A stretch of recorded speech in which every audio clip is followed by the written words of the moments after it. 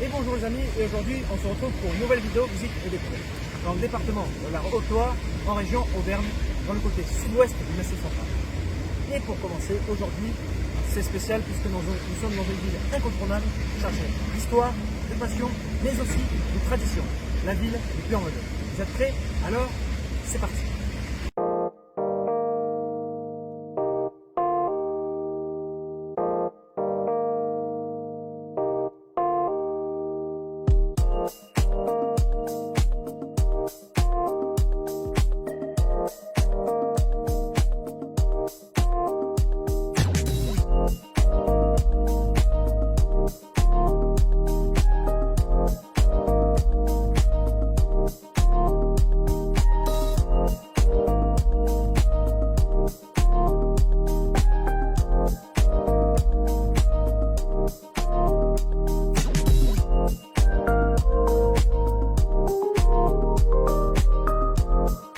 Capitale historique du Velay, elle est le point de départ d'un des plus mythiques des 4 chemins de pèlerinage en direction de Saint-Jacques-de-Compostelle.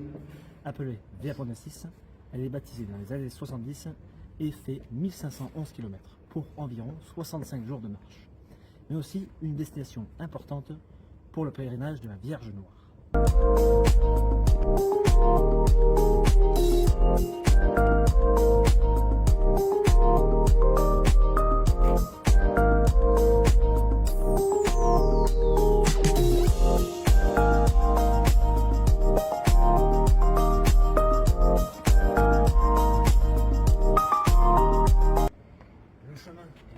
Nommé GR65 commence sur le parvis de la cathédrale Notre-Dame de l'Ascension avec 134 marches en tout pour faire du sport.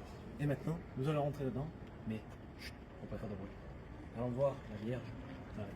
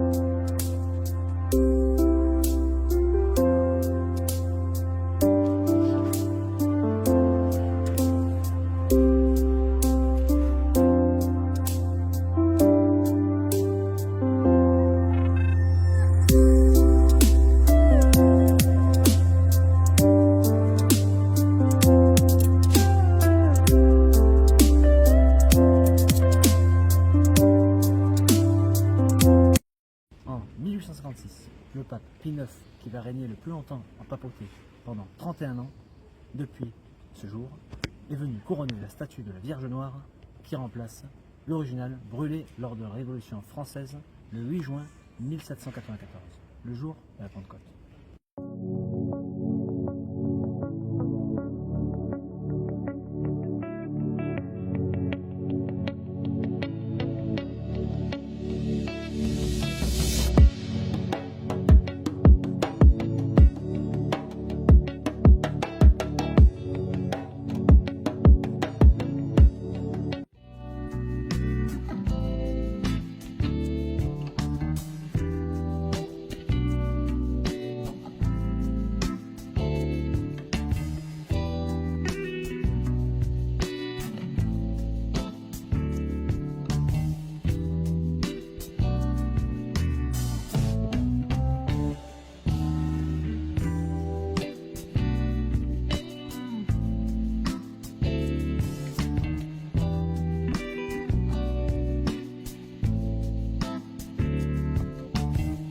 Né d'un concours réunissant 52 participants, c'est celle de l'architecte Jean-Marie Bonacieux qui est choisie.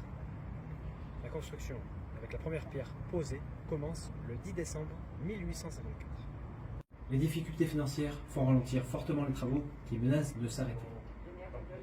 Essayant de trouver de l'aide financière auprès de Napoléon III, qui est concentré parce que la bataille de Sébastopol est actuellement en cours. Il promit le matériel essentiel, c'est la victoire et la paix arrive. 3 jours plus tard, la ville tombe, nous sommes le 30 mars 1856, et 20 jours plus tard, promesse tenue, il fait livrer 150 kg de fonte de fer provenant des canons marines des Ennemis. Un exemple qui est juste là, celui-ci date de 1844.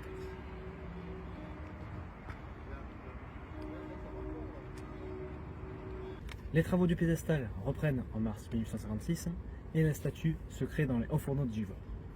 Le 28 juillet 1859, les premiers éléments de la statue arrivent et seront peu à peu assemblés. La statue fait 16 mètres de haut et est posée sur le piédestal qui fait 6,70 mètres. Le 12 septembre 1860, la statue est enfin terminée, belle et tout, et elle sera bénie en présence de 120 000 pèlerins. Et maintenant, direction le rocher Saint-Michel d'Aiguille. Vous êtes prêts ?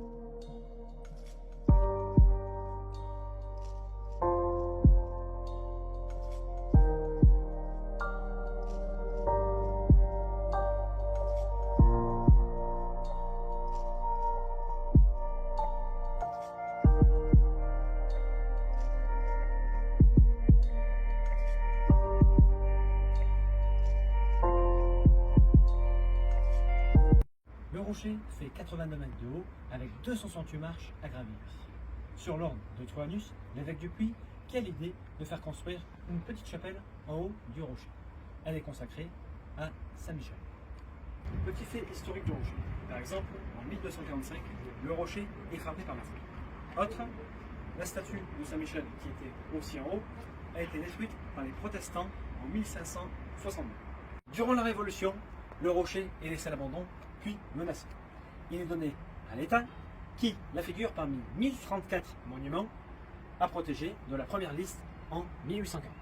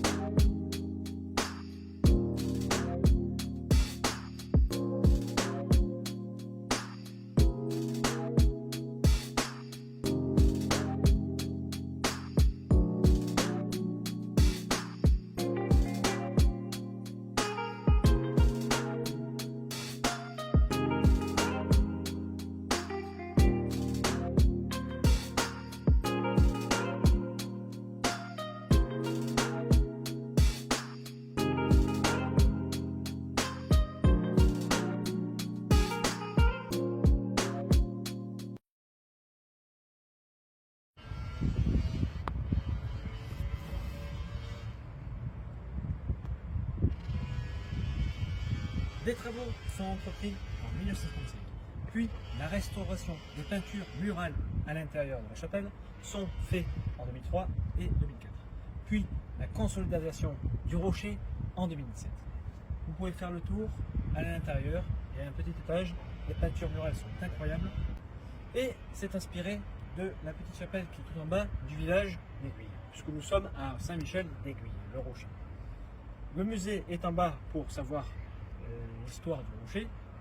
Donc vous finissez la visite, vous arrivez à la boutique souvenir pour acheter un petit cadeau à la famille, aux amis et à ramener. Mais aussi, si vous arrivez à l'étage derrière l'escalier en maison, vous arrivez dans une pièce pour avoir une expérience immersive comme vous avez fait la visite bas jusqu'en haut, mais aussi jusqu'en haut du clocher du rocher et du petite chapelle de Saint-Michel de Lille. Un petit exemple, regardez, c'est incroyable, comme le futur va bientôt nous remplacer. C'est tout simple, il y a le stick, j'appuie sur la flèche, ça change et j'arrive déjà presque au sommet. J'appuie sur la flèche. Et voici, nous sommes déjà arrivés en haut, plus facile que de monter les 200 marches à faire à pied.